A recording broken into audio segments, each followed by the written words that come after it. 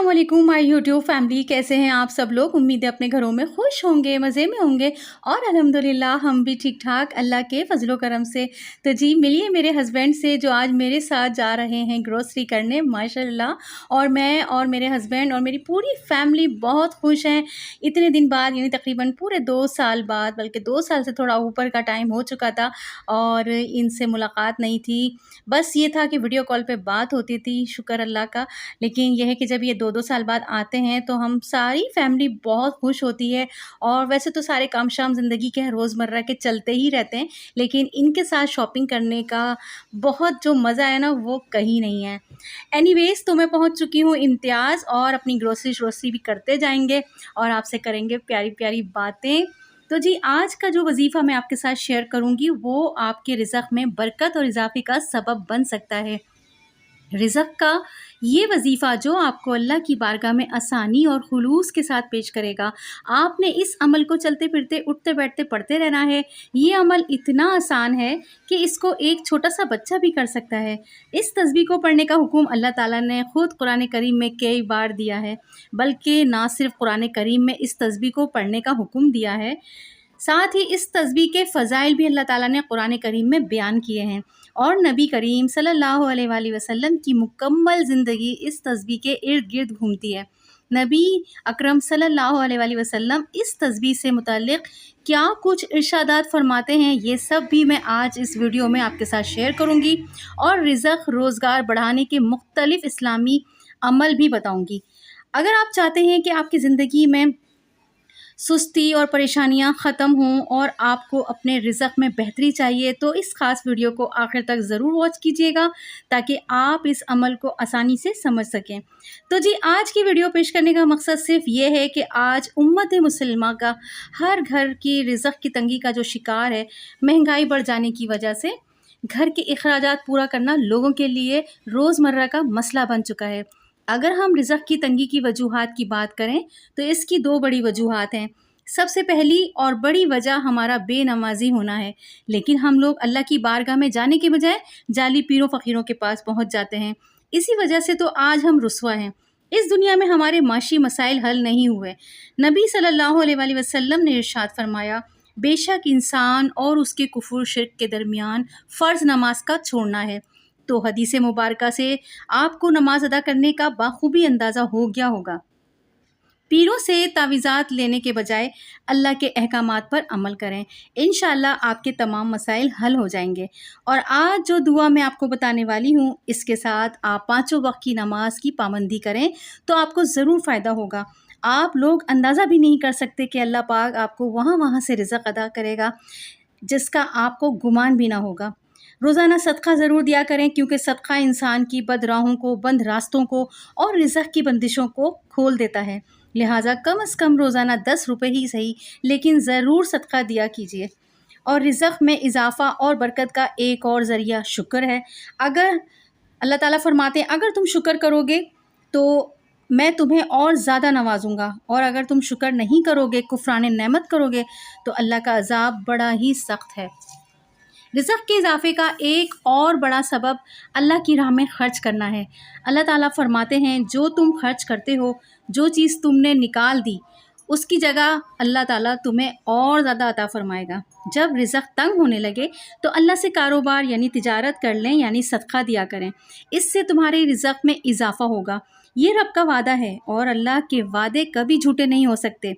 रिज़्क़ की बरकत का एक और बड़ा ही ज़रिया निकाह है। फरमाया अगर तुम फ़कीर हो तो अल्लाह तुम्हें गनी कर देगा। आज के माँ बाप अपने लड़कों की शादियां करने से डरते हैं और कहते हैं कि अभी तो हमारा बेटा अपने पैरों पे नहीं खड़ा, जॉब नहीं करता, कुछ नहीं कमाता, वो अपने लिए नहीं कमाता तो वो अपनी बीवी को कैसे करके खिलाएगा। तो अल्लाह ताला फरमाते हैं कि तुम निकाह करो, हम तुम्हें पैरों पे खड़ा कर देंगे। तो आप अपने बच्चों की शादियां करवा कर अगर वो जवान हो गए तो ज़रूर करवाएं। रिज़्क़ देना अल्लाह की ज़िम्मेदारी है, क्योंकि जिसने भी आना होता है वो अपना रिज़्क़ साथ लेकर ही आएगा। और अपने अहले खाना को नमाज़ पढ़ने का हुक्म देना बहुत लाजमी है, इससे रिज़्क़ बढ़ता है। सुबह का वक्त जो होता है वो रिज़्क़ बँटने का वक्त होता है, और जिस घर में सुबह के वक्त लोग सोए रहते हैं तो वहाँ बहुत बेबरकतियाँ होती हैं। तो तुलूह फ़जर से तुलूह आफ्ताब तक अपने अहले खाना को सोने ना दें, قرآن پاک پڑھیں، نماز پڑھیں، اللہ کا ذکر کریں، اس سے گھر میں بہت زیادہ رحمتوں کا نزول ہوگا۔ نبی اکرم صلی اللہ علیہ وآلہ وسلم نے فرمایا کہ جو شخص یہ چاہتا ہے کہ اس کے رزق میں برکتیں ہوں اور اس کی عمر میں اضافہ ہو تو وہ اپنے رشتہ داروں کے ساتھ اچھا سلوک کرے۔ اچھا جی، عمل یا وظیفہ یہ ہے کہ آپ روزانہ چلتے پھرتے وضو بے وضو استغفار پڑھا کریں، دن میں جتنا بھی پڑھ سکتے ہیں پڑھیں۔ اس کی کوئی لمٹ نہیں ہے کہ آپ نے اتنا پڑھنا ہے، جتنا ہو سکے کثرت سے اس کو پڑھا کریں۔ اور اگر کسی کو نہیں ہے اتنی عادت پڑھنے کی، یا وہ اتنا مصروف رہتا ہے کہ وہ اتنا نہیں پڑھ سکتا، تو ہر نماز کے بعد 100 مرتبہ تو لازمی پڑھ لیا کریں۔ اور اگر 100 مرتبہ ہر نماز کے بعد بھی نہیں پڑھ سکتا تو دن میں 100 مرتبہ تو لازمی پڑھ لیا کریں۔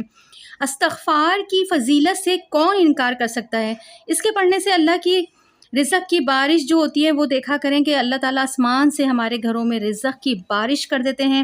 مال و دولت اور اولاد میں برکت کا سبب ہے یہ۔ اس ورد کو اپنا معمول بنا لیں اور رزق کی ذمہ داری اللہ کریم پہ چھوڑ دیں۔ اللہ اس عمل کی بدولت ایسی ایسی جگہ سے آپ کو رزق عطا فرمائے گا کہ جہاں آپ کا وہم و گمان بھی نہیں ہوگا۔ میری اللہ پاک سے دعا بھی ہے کہ اللہ ہمیں روزانہ توبہ اور استغفار کرنے والا بنائے، اور اللہ تعالیٰ ہمیں استغفار کی تمام فضیلتیں عطا فرمائے، آمین ثم آمین۔ اچھا جی، میں آ چکی ہوں گروسری کر کے اپنے گھر، اور جی یہ میں اپنا سینڈوچ میکر دکھا رہی ہوں۔ یہ بھی میں سعودیہ سے لے کر آئی تھی جب میں گئی تھی، اور بچوں کے لیے نگٹس بنا کے بس ہمت نہیں ہو رہی تھی بالکل بھی، اتنا تھک چکے تھے۔ نگٹس وغیرہ بنا کر اور بس میں ان کو کھلا پلا دوں گی، اور پھر تھوڑی دیر بعد میں کوکنگ اسٹارٹ کر دوں گی اپنی۔ اچھا جی، آپ لوگ بتائیے گا آج کی ویڈیو آپ لوگ کو کیسی لگی؟ اکثر میں اپنی ویڈیو میں یہی بتاتی ہوں کہ استغفار جو ہے وہ آپ اس کی کثرت کو لازم پکڑ لیں۔ نبی اکرم صلی اللہ علیہ وآلہ وسلم نے اس کو اپنا معمول بنانے کا ارشاد فرمایا کہ ایک استغفار اور درود شریف اور کلمہ طیبہ، یہ تینوں چیزیں اپنے اوپر لازم کر لو۔ یقین کریں اگر یہ تینوں چیزیں آپ نے اپنے اوپر لازم کر لیں تو اللہ تعالیٰ کو ہم راضی کرنے میں بالکل سمجھے دیر نہیں لگائیں گے انشاءاللہ تعالیٰ۔ تو یہ ضرور پڑھیے، کلمہ بھی پڑھیں روزانہ، استغفار بھی پڑھیں اور درود پاک بھی پڑھیں۔ اگر اسٹارٹنگ میں آپ کو مشکل لگ رہا ہے تو روزانہ یہ 100 دفعہ پڑھ لیا کریں۔ 100 دفعہ درود شریف کی تسبیح پڑھ لی، یعنی ایک تسبیح میں 100 دانے ہوتے ہیں، تو وہ آپ نے ایک تسبیح درود شریف کی پڑھ لی، ایک تسبیح آپ نے استغفار کی پڑھ لی، اور ایک تسبیح آپ نے پہلا کلمہ طیب یعنی لا الہ الا اللہ محمد رسول اللہ اس کی پڑھ لی۔ تو جی آپ دیکھیں پھر انشاءاللہ آپ کو جب عادت پڑ جائے گی نا تو آپ آہستہ آہستہ اس کا ورد بڑھاتے جائیے گا۔ الحمدللہ میں نے بھی اسی طرح سٹارٹ کیا تھا جب اپنی لائف میں پڑھنا شروع کیا تھا، اور آج اللہ کے فضل سے میں اتنا پڑھ لیتی ہوں استغفار کہ میں کام کرتے میں بھی درود شریف اور استغفار کی کثرت معمول کے مطابق کرتی رہتی ہوں۔ مطلب میں سوچتی ہوں کہ جب ہم لیڈیز گھر کے کام کر رہے ہوتے ہیں تو ہم اس طرح خاموشی سے کیوں کریں، ہم اللہ کا ذکر کیوں نہ کریں؟ اس سے ہمارے کاموں میں برکت بھی ہوگی، ہمارے رزق میں اضافہ بھی ہوگا، اور ہمیں ثواب تو ملے گا ہی انشاءاللہ۔ اور پھر ہماری زبان پہ یہ اتنے رواں ہو جائیں گے یہ جملے، یہ اذکار، کہ ہمیں پتہ ہی نہیں چلے گا کہ ہم یہ پڑھتے جا رہے ہیں اور ہمارے کتنے جنت میں درخت لگتے جا رہے ہیں، کتنے پھل اور کتنے باغ لگتے جا رہے ہیں انشاءاللہ۔ تو جی آج کی ویڈیو کیسی لگی ضرور بتائیے گا، اچھی لگے تو اسے لائک کر دیے گا، شیئر کر دیے گا، اور اگر آپ کو بہت اچھی لگے تو اسے سبسکرائب کر دیے گا۔ دعاؤں میں ہمیں رکھیے گا یاد، اور پھر ملوں گی انشاءاللہ کل نئی ویڈیو میں۔ جب تک کے لیے اللہ حافظ، فی امان اللہ۔